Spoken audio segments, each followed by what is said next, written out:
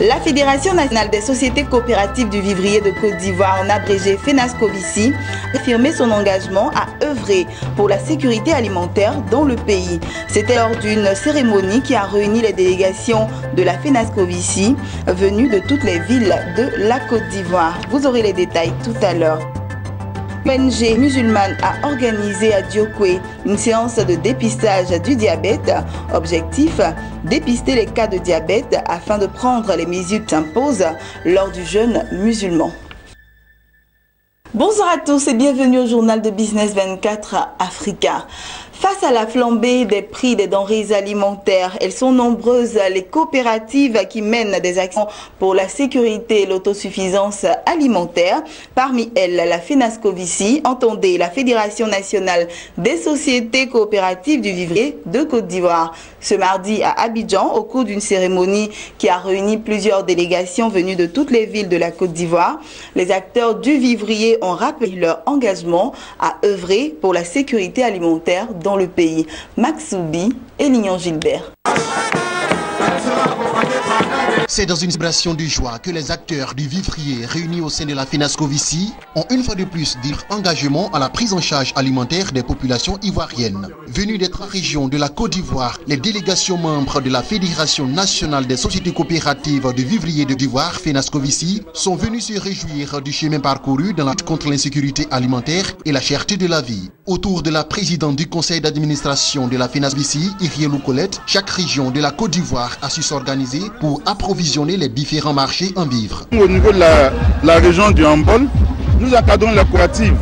Nous avons plus d'une vingtaine de coopératives qui s'activent aujourd'hui dans des bas-fonds, à partir des maraîchers, dans les plantations de riz, les grandes rizières, pour pouvoir contribuer effectivement à l'autosuffisance alimentaire. Et au niveau du Poro aussi, nous nous organisons en différentes coopératives. Et les coopératives se sont réunies pour faire une union pour pouvoir vraiment s'occuper de ce que nous devons faire comme le vivrier. Parce que chez nous, nous avons touché tous les secteurs du vivrier pour pouvoir vraiment s'occuper, pour ne pas dire que lutter même contre vraiment la faim en Côte d'Ivoire. Si la promotion de la vente au kilogramme et certains projets tels que le PAPS figurent parmi les actions qu'elle conduit, Irielou Colette se dit plus que jamais confiante. Elle annonce des perspectives prometteuses pour le secteur du vivrier en Côte d'Ivoire et lance un appel à tous les acteurs du vivrier. Ces prochaines années, les prochaines mois, c'est le projet PAPSA qui va démarrer et qui va encore grandir la FENASCOVICI, parce que ce projet, c'est un programme intégré où ça va occuper les jeunes, ça va diminuer la pauvreté, ça va faire que les jeunes gens vont avoir emploi, ça va faire que les produits de qualité, la population ivoirienne, ils vont manger des produits de qualité et moins cher, parce que la production va augmenter avec ce programme. Donc c'est un programme que je suis collé à ce programme-là avec mes femmes, et je pense que Dieu qui sait notre souffrance, la souffrance de la population, il a permis que nous ayons les bailleurs pour financer ce programme. Donc c'est un grand programme qui va démarrer bientôt en Côte d'Ivoire. Pour toutes ces actions en faveur du secteur vivrier en Côte d'Ivoire, les délégations de la Fédération nationale des sociétés coopératives du vivrier de Côte d'Ivoire ont marqué leur reconnaissance à la présidente Irielou Colette. Vraiment, c'est une brave dame. Nous ne faisons que lui féliciter dans tout ce qu'elle fait.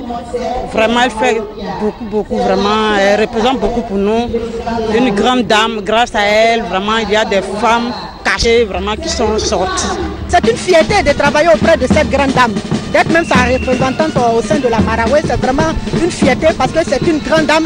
Elle sait où elle va, elle a des idées, elle est inégalable dans son domaine.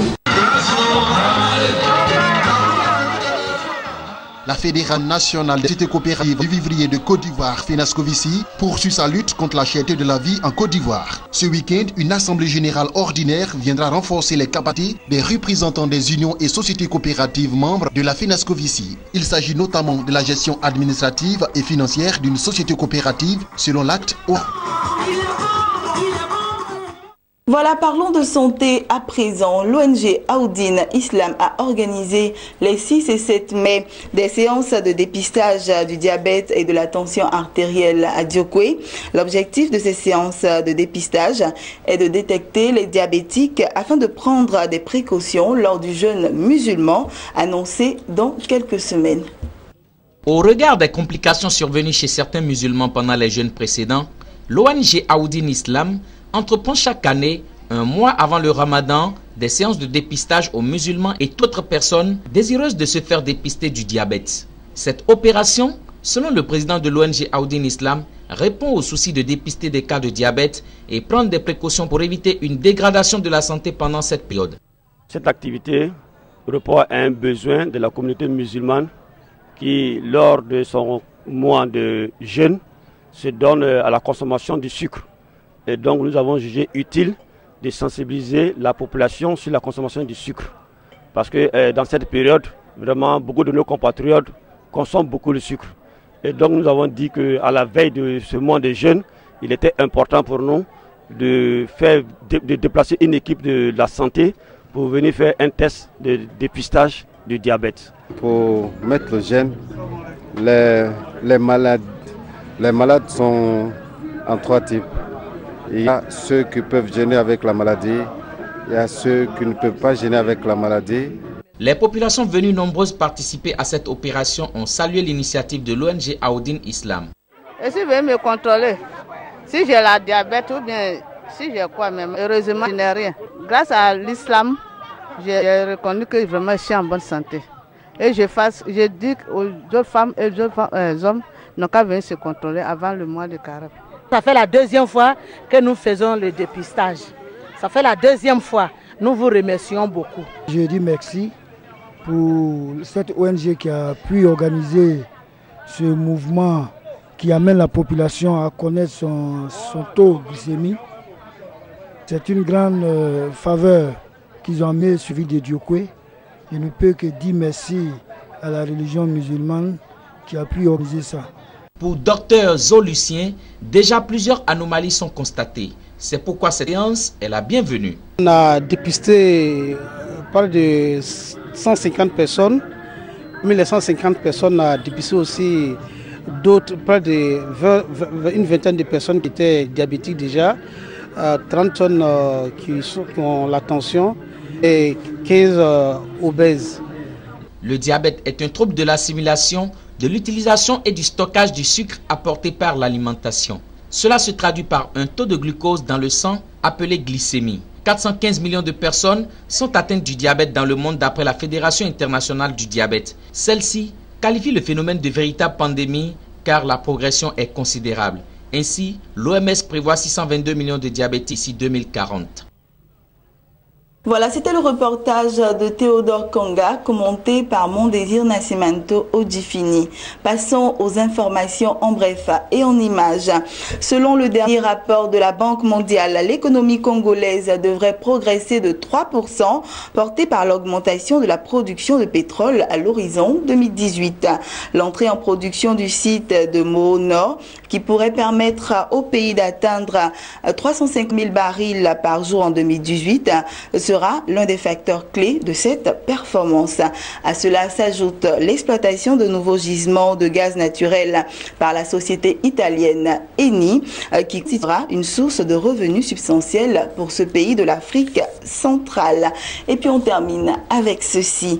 Dans un contexte de reprise de l'économie du pays, certaines banques égyptiennes ont décidé de supprimer les restrictions sur les achats par carte de crédit à l'étranger.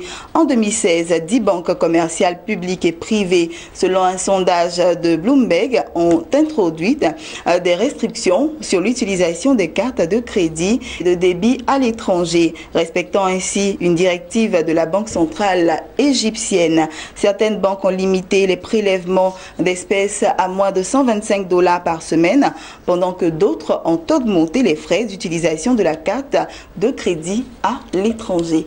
Voilà, c'est ici que nous terminons ce journal. Je vous souhaite une bonne suite de programmes sur notre chaîne de télévision Business 24 Africa.